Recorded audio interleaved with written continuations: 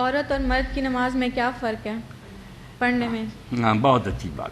یہ بھی اب ایک مسئلہ بن گیا. لوگ اس پر کتابیں لکھ رہے ہیں کہ عورت اور مرد کی نماز جو ایک طرح کی، ایک ہی طرح وہ سجدے کریں، ایک ہی طرح رکوع کریں، سارا کچھ ایک ہی طرح کریں. ہمارے اہل حدیث علماء صلاح الدین یوسف کے جیسے ہیں وہ رسالے لکھتے ہیں، مگر یہ بات پوری امت کے اجماع کے خلاف ہے. بالکل ساری امت کے علماء کسی گروہ کے بھی تھے نا، سب متفق تھے، صحابہ اور تابعین سے لے کر کوئی اختلاف نہیں تھا کہ عورت کی نماز الگ ہے، مرد کی طرح نہیں اس میں پڑھنی. اس نے ایسے پڑھنا جس میں ستر ہو، پردہ ہو، کوئی اس کا عذر نمایاں نہ ہو.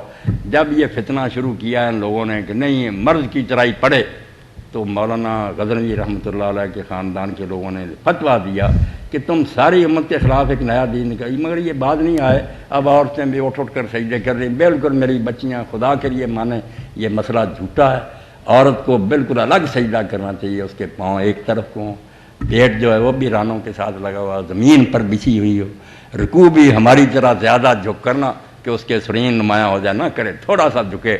اس کو ہر حکم جو ہے اس میں یہ کہ پردہ رہے، جس کا کوئی نمایاں نہیں ہونا چاہیے. اب جو بحث کرتے ہیں نا میرے ساتھ، میں پھر کہتا ہوں تمہیں گرفت کرنے کا طریقہ میں جانتا ہوں. میں پھر کہتا ہوں تم کہتے ہو لفظوں میں کہیں نہیں لکھا ہوا کہ حضور نے کہا عورت کی نماز الگ ہے. میں کہتا ہوں ٹھیک، حالانکہ حضور کے بارے میں 2 مرسل روایتیں ہیں بالکل صحیح ہیں، مگر چلو تم اعتراض کر. اب آؤ حج پر. حج میں کہیں لکھا ہوا کہ عورت تلبیہ جو ہے لبیک اونچا نہ کہے؟ دکھاؤ اگر حضور نے یہ فرق کیا. اب حکم دو کہ عورتیں بھی لبیک اونچا جب کریں. وہاں کیوں کہتے ہو کہ مرد اونچا کہیں گے عورتیں کم؟ اور دلیل یہ دیتے ہو اہل علم یہ کہتے ہیں، وہاں اہل علم کہتے ہیں. اب مکہ میں گئے پہلا طواف قدوم کرنا، حضور نے لفظوں میں کئی فرق نہیں بتایا کہ عورت جو طواف الگ کرے. مردوں کو حکم ہے کہ پہلے 3 چکر جو رمل تیز چل کر آئے. عورتوں کے لیے کوئی حکم نہیں لکھا ہوا کہ کریں یا نہ کریں. اب امت پوری مانتی ہے، خود اہل حدیث بھی، کہ عورتیں نہیں تیز چلیں گی ورنہ ان کے پستان ہلتے نظر آئیں. وہاں بھی ایک علماء کہتے ہیں جب صفا مروہ کے درمیان دوڑ لگائی جاتی ہے میلان اختران، وہاں بھی کہتے ہیں عورتیں نہ دوڑیں مرد دوڑیں. بھائی دکھاؤ نا فرق. پھر اگر لفظوں میں دکھانا دکھاؤ کہاں حضور نے فرق کی. تستر کا جب ایک قانون مقرر ہو گیا کہ عورت ہر معاملے میں ایسا طریقہ اختیار کرے کہ اس کا جسم نمایاں نہ ہو، کوئی حصہ نظر نہ آئے، ایک قاعدہ بن گیا. اس سے ساری امت نے سمجھا، پورے چاروں امام شیعہ سب دنیا متفق کہ عورت جو ہے الگ طریقے سے سجدہ کرے.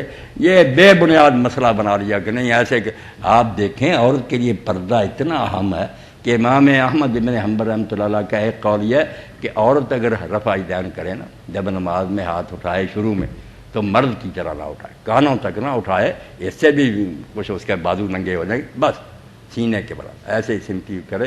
اور ایک قول یہ کہ یہ رفع یدین کرے ہی نہ. اندازہ کرو اللہ کے رسول کی سنت فرمایا نہ یہ ہاتھ نہ اٹھائے، پھر بھی کپڑے میں سے حرکت نظر آئے گی. کیسے اس کو اللہ نے عورت کہا؟ عربی میں بھی عورت کہتے ہیں. عورت کا معنی ہی عربی زبان میں چھپانے کی چیز.